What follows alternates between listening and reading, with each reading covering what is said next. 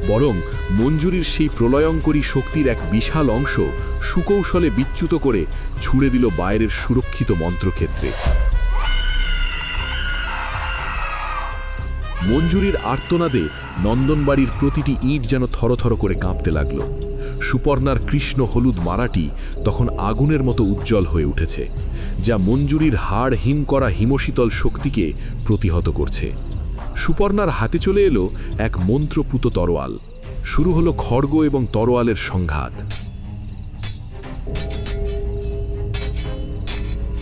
শূন্যে এক প্রচণ্ড বিদ্যুৎ চমকের ঝলকানি সৃষ্টি হলো। মঞ্জুরির অস্ত্র ছিটকে পড়ল মাটিতে। এবারে সে তার অতৃপ্ত আত্মার ঘৃণা দিয়ে সুপর্ণার গলা চেপে ধরতে চাইল, কিন্তু সুপর্ণার গলার মালার তেজে সে বারবার পিছিয়ে যাচ্ছিল। মঞ্জুরি বারবার আক্রমণ করলেও সুপর্ণা স্থির চোখে তার প্রতিটি আঘাত পাঠিয়ে দিচ্ছিল মন্ত্রক্ষেত্রে। দরজার ভেতরে ও নন্দনবাড়ির বাইরে তীব্র মন্ত্রের আঘাত থেকে বিদ্যুৎ চমকানির ঝলক একের পর এক বিকট শব্দ সৃষ্টি করে চলেছে। অবশেষে সুপর্ণার এক প্রচণ্ড চিৎকারে মঞ্জুরির ছায়ামূর্তিটি দেওয়ালের কোণে ছিটকে গিয়ে স্থির হয়ে গেল। বাইরে সেই বটগাছরূপী দানব আছড়ে পড়ল মন্ত্রের দেওয়ালে। প্রচণ্ড আক্রোশে সে তার মারণ শিকড়গুলি দিয়ে বসু, নিখিল আর প্রধান মশাইকে অনির্বার আঘাত করতে লাগল। এবার একটি শিকড় সাপের মতো পেঁচিয়ে ধরল আচার্য মশায়ের গলা। তার নিঃশ্বাস প্রায় রুদ্ধ হয়ে এলো।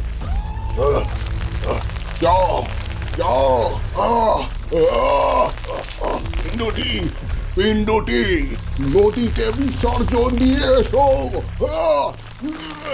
দ্রুত। এটাই শেষ সুযোগ। যাও। কেন তুমি ইন্দ্রকে মারতে চাও? ওরে মূর্খ মেয়ে, আমি মারতে চাই না, মুক্তি দিতে চাই, চির মুক্তি। ওর জন্মই হয়েছে আজকের দিনের জন্য। কালো নক্ষত্রের মাহি সন্ধিক্ষণে জন্ম নেওয়া এক পুরুষ, যার মধ্যে পাপ পুণ্যের সমান প্রভাব রয়েছে। এই পুরুষের মুক্তি আর আমার ভালোবাসার মুক্তি সব একসাথে হবে আজ আমি দেবীর চরণ রাঙিয়ে দেব এই কুল তিলকের রক্তে।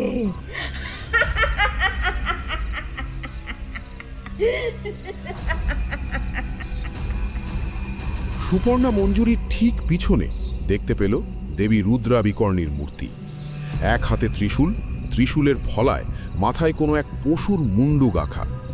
লাল ও কালো রঙে ঢাকা সেই মূর্তি।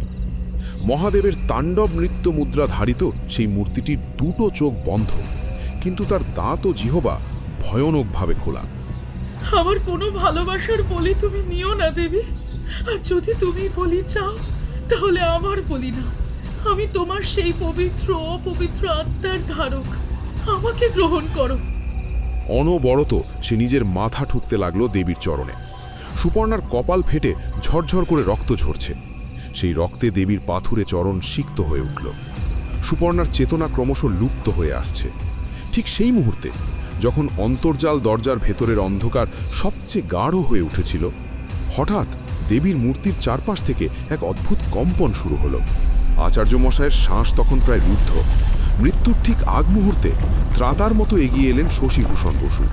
তিনি বড় বড় পাথর ছুঁড়ে সেই দানবটির দৃষ্টি আকর্ষণ করলেন। দানবের শিকড় হাতের বাঁধন আলগা হতেই আচার্য মশাই তার শেষ তান্ত্রিক অস্ত্র প্রয়োগ করলেন।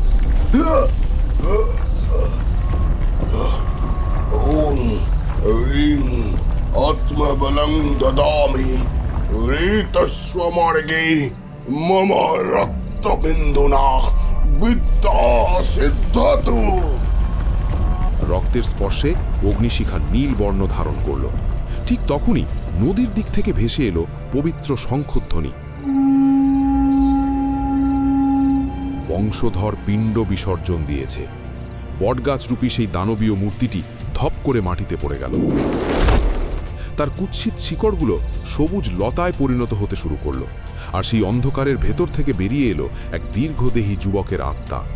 মঞ্জুরি বিদ্রূপের হাসি হেসে খড়গ উঁচিয়ে হাঁড়ি কাঠের সামনে গিয়ে দাঁড়ালো।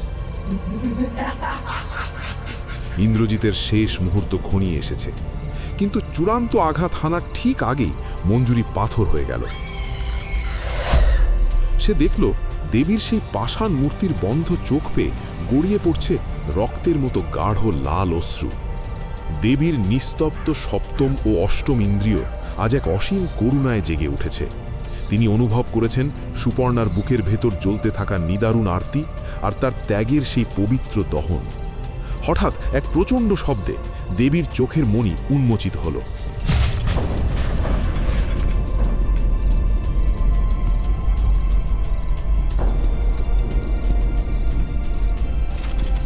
সেই দৃষ্টি থেকে ঠিকরে বেরোনো সাদা জ্যোতিতে চন্দ্রমঞ্জুরি আর্তনাদ করে পিছিয়ে গেল। স্তব্ধ হ চন্দ্রমঞ্জুরি। যে প্রেম নিজের রক্ত দিয়ে আত্মবলি দিতে জানে, তার বিচার করার ধৃষ্টতা স্বয়ং মহাকালেরও নেই।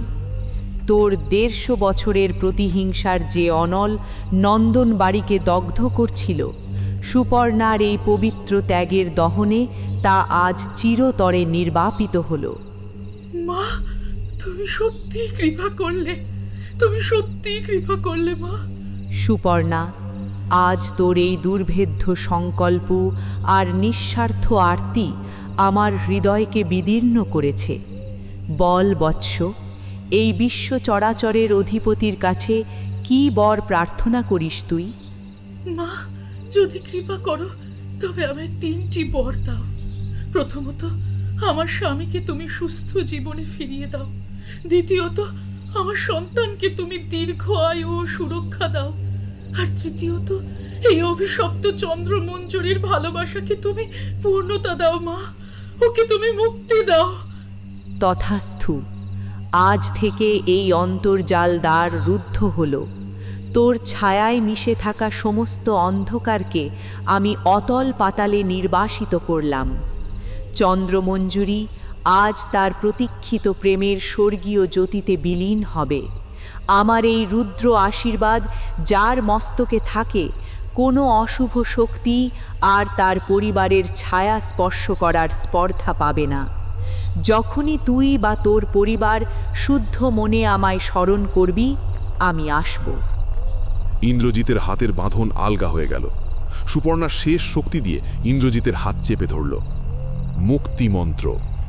ওং প্রেম বন্ধনায় মুক্তি প্রদায়িনে নমঃ। মায়াজালং বিনাশায় হৃদয়ে পুনর্মিলনে। অন্তর্জালং ছিন্দ ছিন্দ কুরু কুরু উন্মোচনং মায়া বন্ধনত বিমুৎসয় নমঃ। সঙ্গে সঙ্গে তাদের দুজনের মিলিত শক্তির এক প্রবল ঘূর্ণি তৈরি হলো। তার জায়গা নিল এক অপার্থিব প্রশান্তি।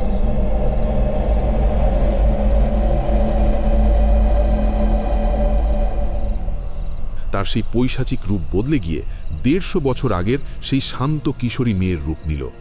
সে বিমুগ্ধ চোখে দেখতে পেল অতীতের সব বাধা ছিন্ন করে দরজার ওপার থেকে তার প্রেমিক আজ হাত বাড়িয়ে তাকে পরম শান্তিতে ডাকছে। 150 বছরের প্রতীক্ষার অবসান ঘটিয়ে মঞ্জুরি সেই আলোর দিকে এগোতে লাগল।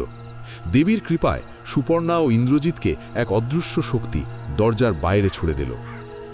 গোয়ালা ছেলেটির আত্মা ও চন্দ্রমঞ্জুরি একসাথে দাঁড়িয়ে আছে এক অনন্ত স্বর্গপথের অপেক্ষায়। আজ আপনাদের সাহায্য না পেলে আমাদের এই ভালোবাসা কখনো পূর্ণতা পেত না।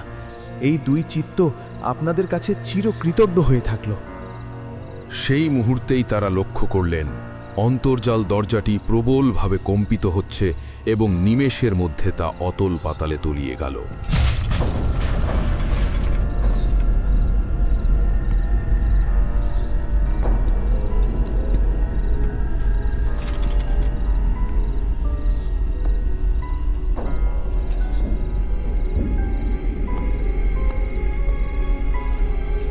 সেখানে তৈরি হওয়া বিশাল গর্তটি পরক্ষণেই সবুজ ঘাসে ঢেকে গিয়ে এমনভাবে মিলিয়ে গেল যে আর মনেই হলো না সেখানে কোনোদিন কোনো কুয়ো বা দরজার অস্তিত্ব ছিল।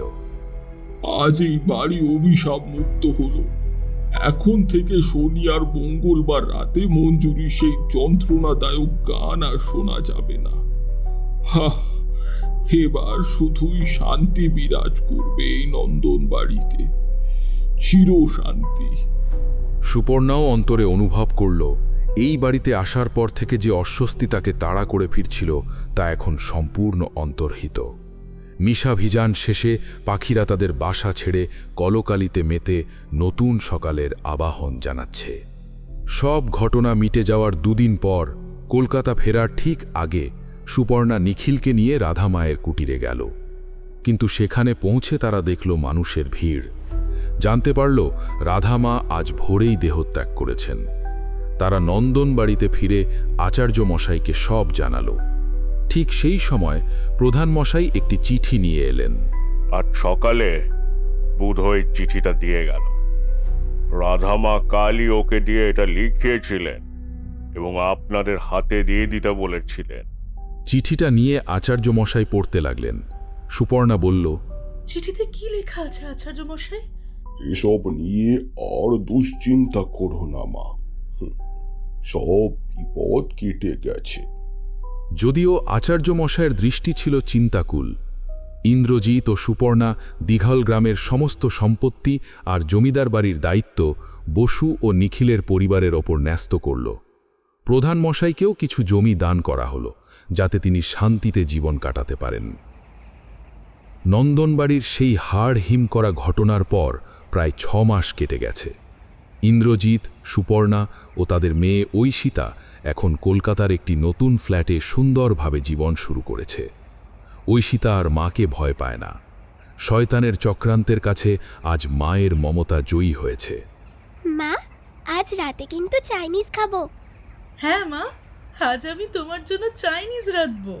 শুধু চাইনিজ কেন, 2 দিন পর তো আমার সোনামায়ের জন্মদিন, তখন তো এলাহি ভোজ হবে। এই 7 সকালে কি এলো আবার? এই পর্ণা, তুমি মেয়েকে ভেতরে নিয়ে যাও, আমি দেখছি। না, আমি থাকবো তোমার সাথে। আর তাছাড়া আমার মেয়ে এখন সাহসী, তাই না মা? হ্যাঁ, আমি এখন সুপার গার্ল। মা, তুমি একটু ঘরে গেমস খেলো কেমন? আমি আর বাবা এক্ষুনি আসছি। মেয়েটি ভেতরে গেলে ইন্দ্রজিৎ দরজা খুলতে গেল। দরজা খুলতেই ইন্দ্রজিৎ অবাক, সামনে স্বয়ং আচার্য মশাই দাঁড়িয়ে। এ কি গুরুমশাই, আপনি এতদিন কোথায় ছিলেন? আপনার কোনো খবরই পাচ্ছিলাম না। হ্যাঁ, সব বলছি, আগে ভিতরে চলো। সোফায় বসে চা পান করতে করতে আচার্য মশাই কাজের কথা শুরু করলেন। তিনি জানালেন এই কয়েক মাস তিনি নিরুদ্দেশ ছিলেন এক বিশেষ রহস্যের সন্ধানে।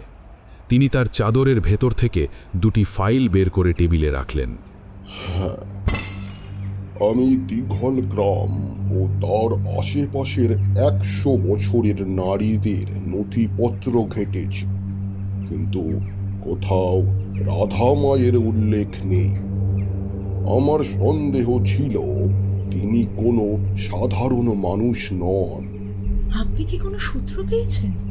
আচার্য পকেট থেকে একটি প্রাচীন আলোকচিত্র বের করলেন। সেখানে পুরোহিত ও জমিদার পরিবারের এক যৌথ ছবিতে চন্দ্রমঞ্জুরির পাশে দাঁড়িয়ে থাকা এক মহিলাকে দেখে সুপর্ণা আঁতকে উঠল। এ তো রাধামা। রাধামায়ের সেই চিঠিতে কি লেখা ছিল জানো? মা সুপর্ণা, 150 বছরের এক দীর্ঘ প্রতীক্ষার অবসান হয়েছে। এই চিঠি যখন তোর হাতে পৌঁছাবে, জানবি আমার দেহ এই মাটির মায়া ত্যাগ করেছে। কাল রাতে সেই পরিচিত নূপুরের আওয়াজ পেয়েছিলাম। ওপার থেকে ও হাত বাড়িয়ে ডাকছিল আমায়।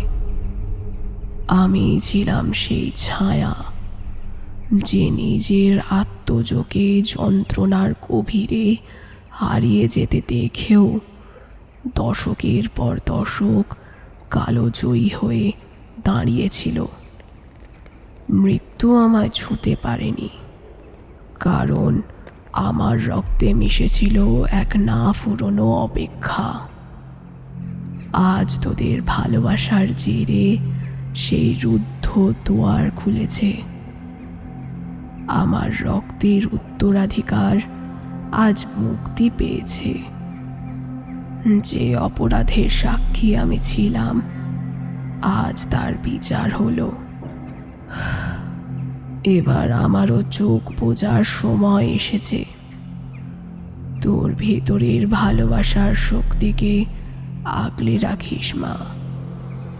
ভালোবাসাই পৃথিবীতে মানুষকে বাঁচিয়ে রাখে। তোর মেয়ের ওপর আমার আশীর্বাদ রইল। কি বলছেন গুরুমশাই? 150 বছর আগের ছবিতে উনি কিভাবে থাকবেন? কারণ উনি চন্দ্রমঞ্জুরির মা ছিলেন। ইন্দ্রজিৎ ও সুপর্ণার মাথায় আকাশ ভেঙে পড়ল। কিন্তু এটা কি করে সম্ভব?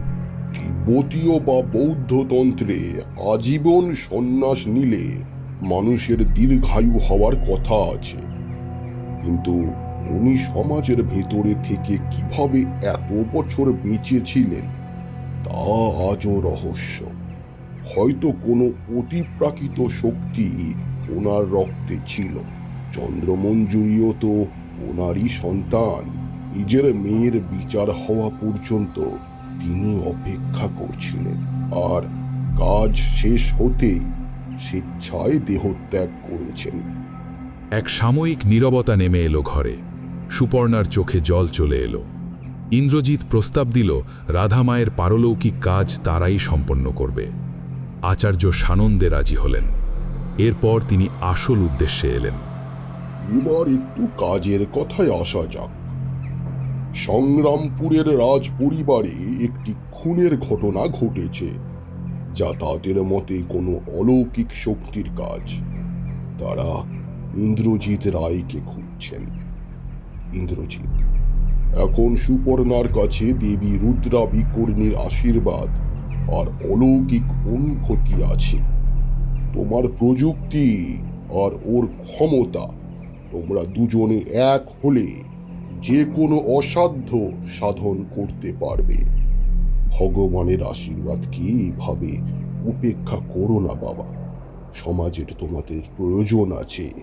এবার এক অপার্থিব পথে চলতে হবে তোমাদের একসাথে। তৈরি হও। ইন্দ্রজিৎ ও সুপর্ণা একে অপরের দিকে চাইল। তারা নতুন এক রহস্য সমাধানে সম্মতি জানাল। মুহূর্তেই ঘরের তাপমাত্রা যেন কিছুটা বেড়ে গেল এবং সুপর্ণার গলার সেই মালাটি পুনরায় সাদা আলোর তীব্র ঝলকানি দিয়ে জানান দিল এক নতুন লড়াই শুরু হতে চলেছে।